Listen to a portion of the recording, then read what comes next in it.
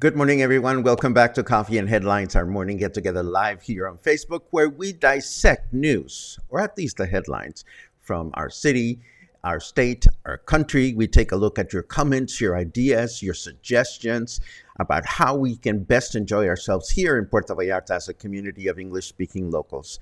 It is challenging. It is challenging sometimes because the weather's crazy, or it's too hot, or it's this or that or the other. Maybe we don't speak Spanish, or maybe we are concerned about expanding our comfort level or our circle of comfort. But that's what we're here for, to lend a helping hand to anyone that wants to better connect with one another, with the city, with everything that Mexico has to offer and that is within our reach.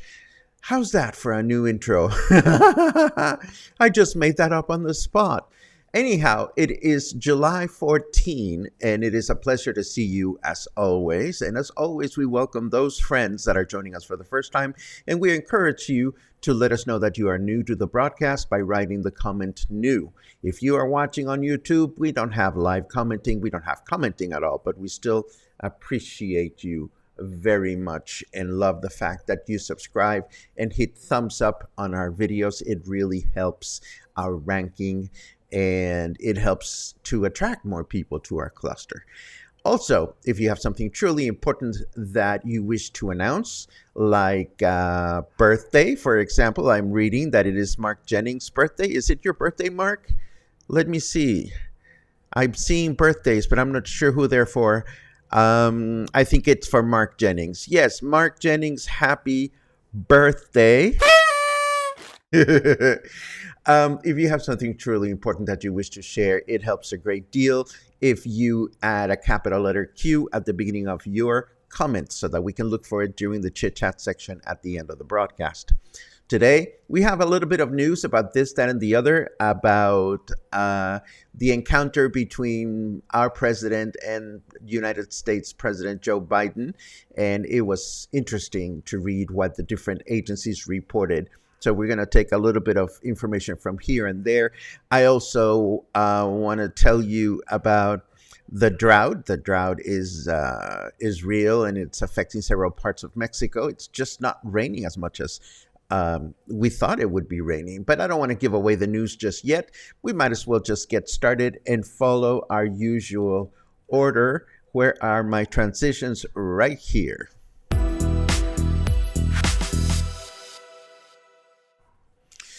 Okay, for starters, Mexico's federal government has declared a state of emergency in several areas of the country due to the extreme drought we are still experiencing. The announcement was made by CONAGUA, or Comisión Nacional de Agua, or the National Water Commission. The commission reported that there are still a number of dams in the state of Nuevo León that are at their minimum level now, and several protests have taken place in cities such as Ensenada in Baja California due to the lack of water. The most pronounced drought is now being felt in the states of Oaxaca, Coahuila, Sonora, Chihuahua, San Luis Potosí, and Veracruz. Most of these are northern states, and it's usually the part of the country that is driest year around regardless.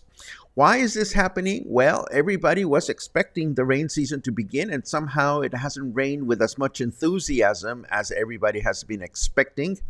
And what will happen during the state of emergency? Well, states, the aforementioned states, will have transitory access to water, even when this may compromise private interest or other interests. For example, the farming industry has to give up water in the most effective communities in order to be able to supply the vital liquid for domestic use. Let's hope that this doesn't last too long, and let's hope that it starts raining here, there, and everywhere. Yesterday afternoon, it rained for a little while, and I thought to myself, yay, we're going to get refreshed. But no, it only served to increase the humidity. What can I tell you?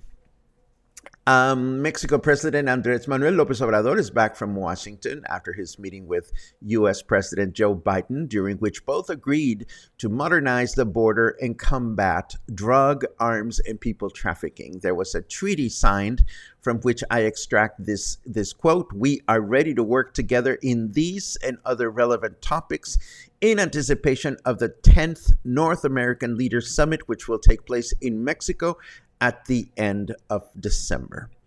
So different people are reporting differently about the meeting. Some people said it was very successful. Other people said that it wasn't necessarily as rosy. I mean, López Obrador called on the United States to allow for more legal work visas, but Biden only went as far as highlighting existing programs used by Mexicans and Central Americans.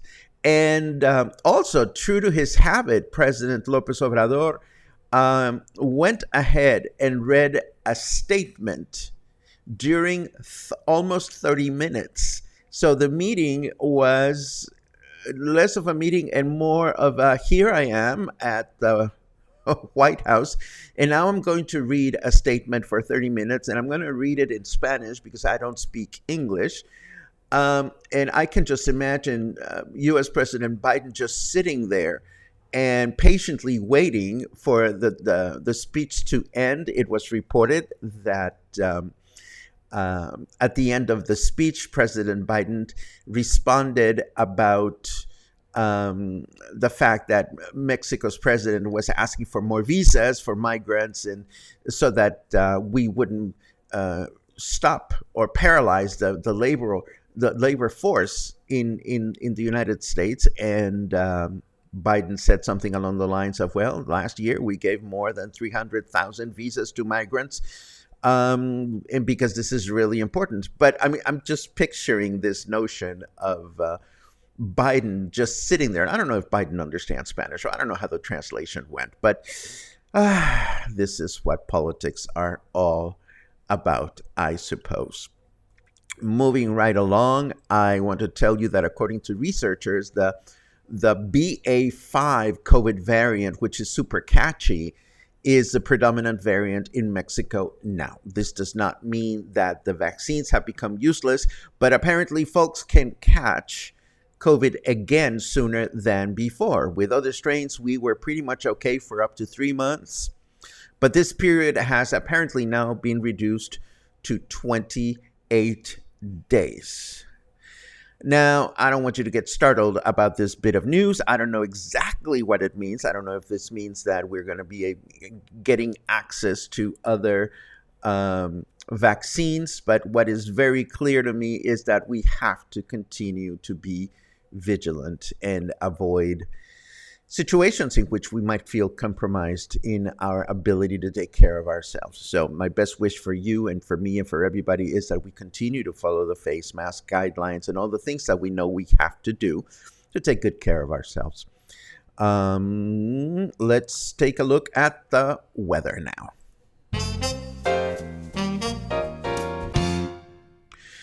TV weathermen get a sick, twisted pleasure out of reporting bad weather. Well, maybe, maybe not. I don't know. What I know is that we are enjoying 28 degrees Celsius right now. Feels like 33. Humidity is at 89%. Fahrenheit temperature is 82 degrees.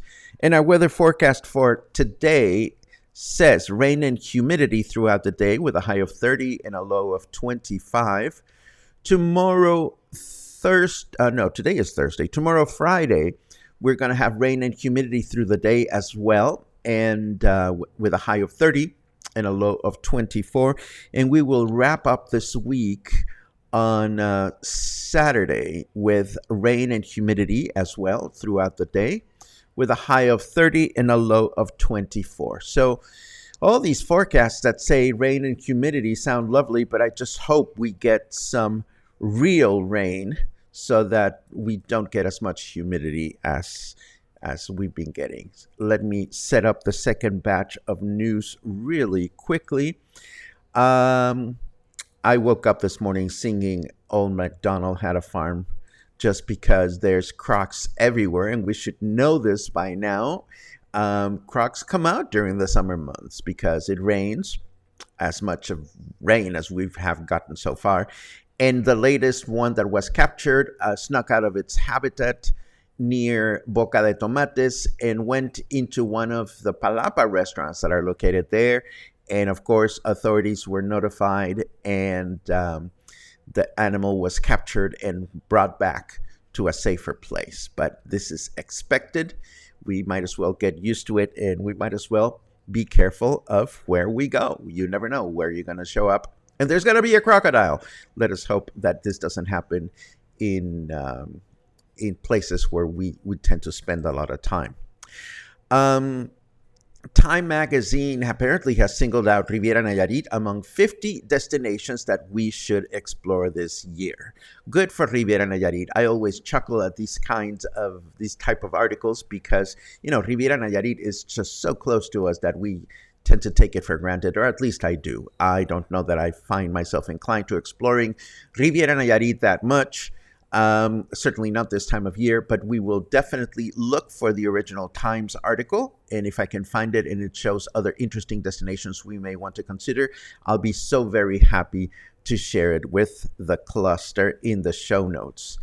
And now, not to brag or anything, but this is my weekend. I am so looking forward to a quickie in Guadalajara this weekend. I'm going to take the Saturday morning bus with my friend Tommy, and we're arriving in Guadalajara mid-afternoon with enough time to catch an early dinner, then go to sleep, and then the following morning we'll have enough time for breakfast and then go to a matinee with the Jalisco Philharmonic Orchestra. They are going to be performing 3 works. One is a very short one, the Pavane by Fauré, a French composer, which is a gorgeous piece that I've never heard live, so I'm really looking forward to that. Then guitarist Pablo Garibay, he's a Mexican classical guitarist. He's going to perform the D major concerto for guitar and orchestra by Italian composer Castelnuovo-Tedesco, who was one of the most important guitar composers of the 20th century. I have never heard his concerto for guitar live, so I'm excited about that. Although I've heard a couple of recordings of it, it's kind of like a Humpty Dumpty happy concerto. And then the piece de resistance is going to be Maurice Ravel's entire ballet, the Daphnis and Chloe ballet. They're going to perform the first and second suites without chorus, but that's okay. It's going to be over an hour of continuous nonstop music. Talk about a great mind meditation. I may bring a brownie. I don't know. I don't know. And this is the interior of the Teatro de Gollado. It's such a gorgeous theater. And anyone that is in Guadalajara, even if symphony music is not your cup of tea, treat yourself to the symphony from time to time, just so that you can appreciate the energy that accumulates in a theater and how catchy that energy is. Moving right along, I have to say that I found some really amusing things that got lost in translation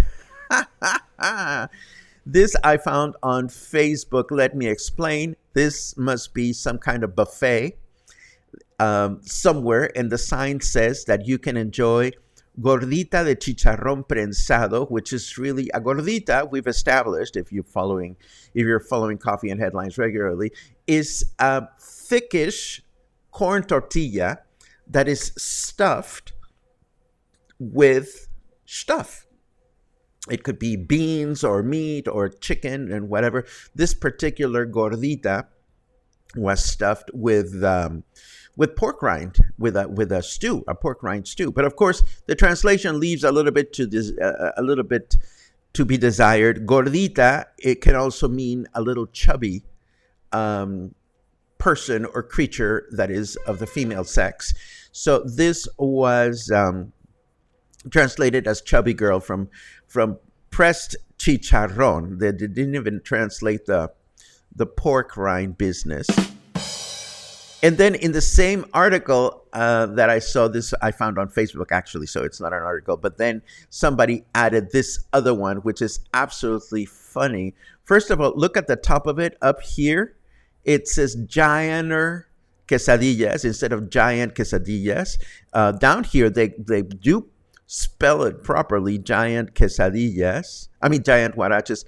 But then this business is really funny because we know comida corrida to mean a set meal that you get for a reduced amount of price. When you go to a traditional cenaduría or traditional Mexican restaurant that serves comida corrida, that means you pay X amount and you get your choice of an entree, your choice of an appetizer, and a dessert, or something to that effect. That is what comida corrida means. Of course, the word correr means to run. So it is funny that comida corrida was translated as food run. And I find myself explaining these things and thinking to myself, well, it was a lot funnier when I read it.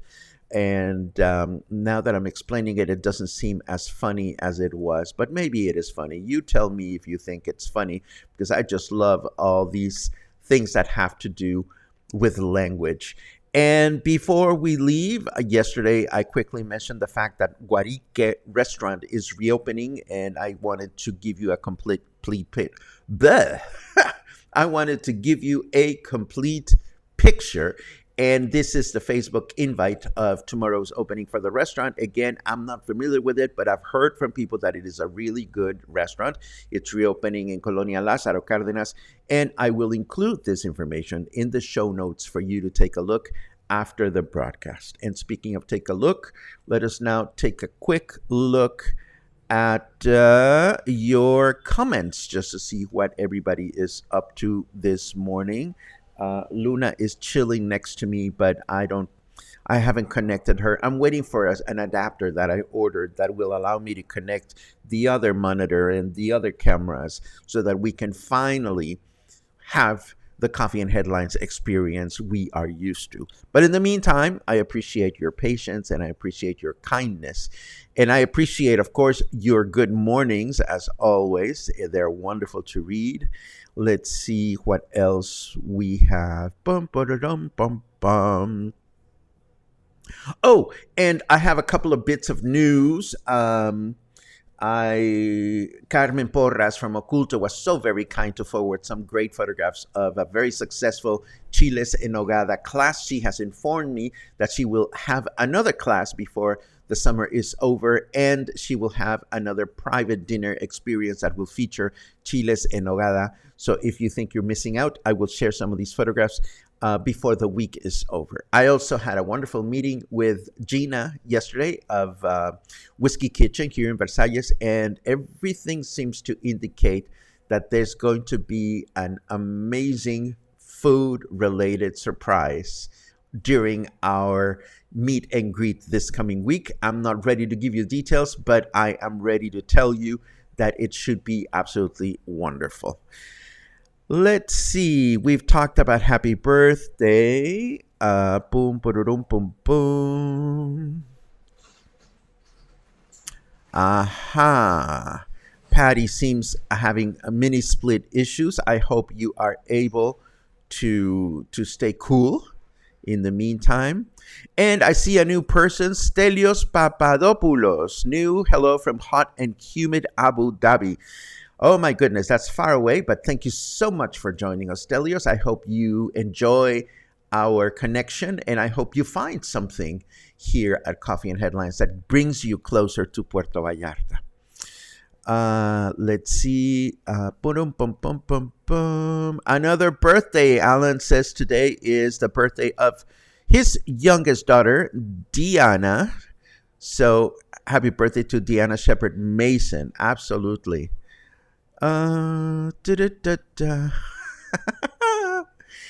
Oh, I don't know about that, Patty. I am sure that President Biden, just as any other president, keeps a very busy schedule. But fair enough. I see more shady comments about Joe Biden. We're gonna skip those. And Jim says, coincidentally, croc tacos are the nightly special. Ew, I don't know. I've never tried amphibian. No, that's not true. I tried frog at some point. And crocodiles are not amphibians, they're reptiles. What am I talking about? Or maybe they're amphibian. I'm getting my science all messed up, so let's not go there. Let's see what else we have. Ashley says, so excited to be back in Puerto Vallarta with my wife at the end of the month. Sage and I love you. We love Coffee and Headlines and Whiskey Kitchen. Well, that's a done deal. I love it.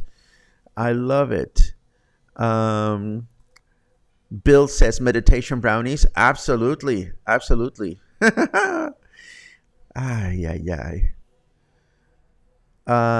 Tommy has butterflies. You know, Tommy, I have to say this with all the rest of our friends. I think you are an amazing friend because you guys should know this. You know, this will be Tommy's first visit to Guadalajara, and we're barely going to have any time to see anything. And I am so grateful and humble that my dear friend Tommy, whom I met through Coffee and Headlines and has become one of my favorite older brothers. No, he's younger than me. But anyhow, this will be the first time that Tommy sees Guadalajara. And Tommy and I, along with his husband, Eric, we've had all kinds of fun adventures here, but we're going on an ETN bus, and Tommy's never been on a 2-story bus before, so we're giddy. Tommy likes to knit. I like to crochet, so maybe we're going to bring some chingaderas to keep ourselves busy in the bus. And of course, we're staying in downtown Guadalajara. We're going to be 2 blocks away from the theater, 2 blocks away from the gay stuff, 2 blocks away from the yarn, 2 blocks away from all the stores and culture and all kinds of things. And I'm just so grateful to be able to experience this with a dear friend. I know that my friend Paul, that you know, Paul from Mercurio, would have wanted to join us as well, but he's on his way to his summer retreat at Chautauqua in New York State, where he takes immersive courses for a week or 2. But I am just giddy. And so grateful to have somebody that would join me in such a mad adventure, because we're only going to be there less than 24 hours. So there you have it.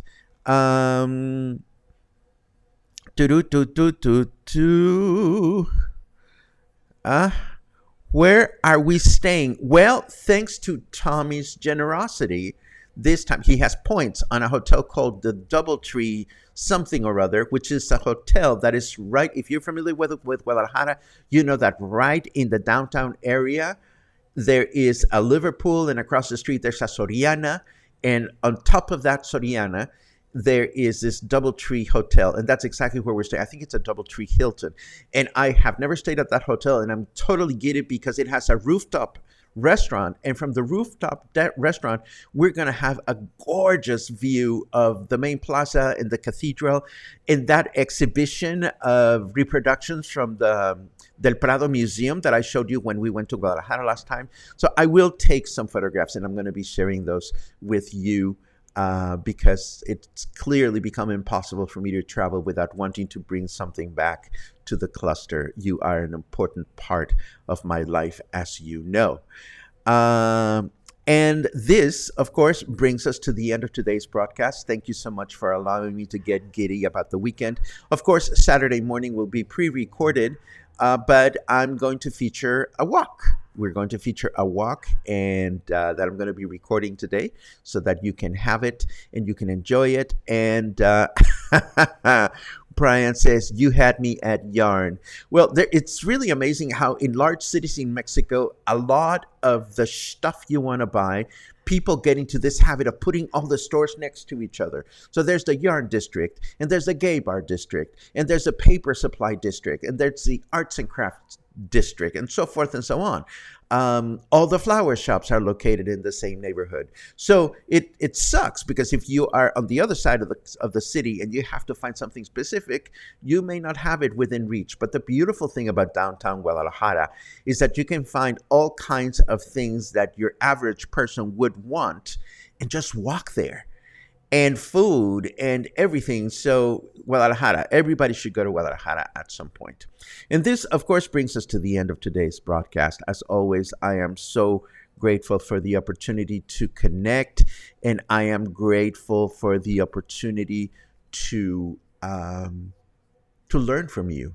Every time there is something new that you enrich me with, and I'm extremely grateful for that. Have an amazing day today. I will see you back tomorrow. Between now and then, stay happy, stay kind, stay healthy, don't catch COVID, and stay in touch. That's the most important part. Have a great day.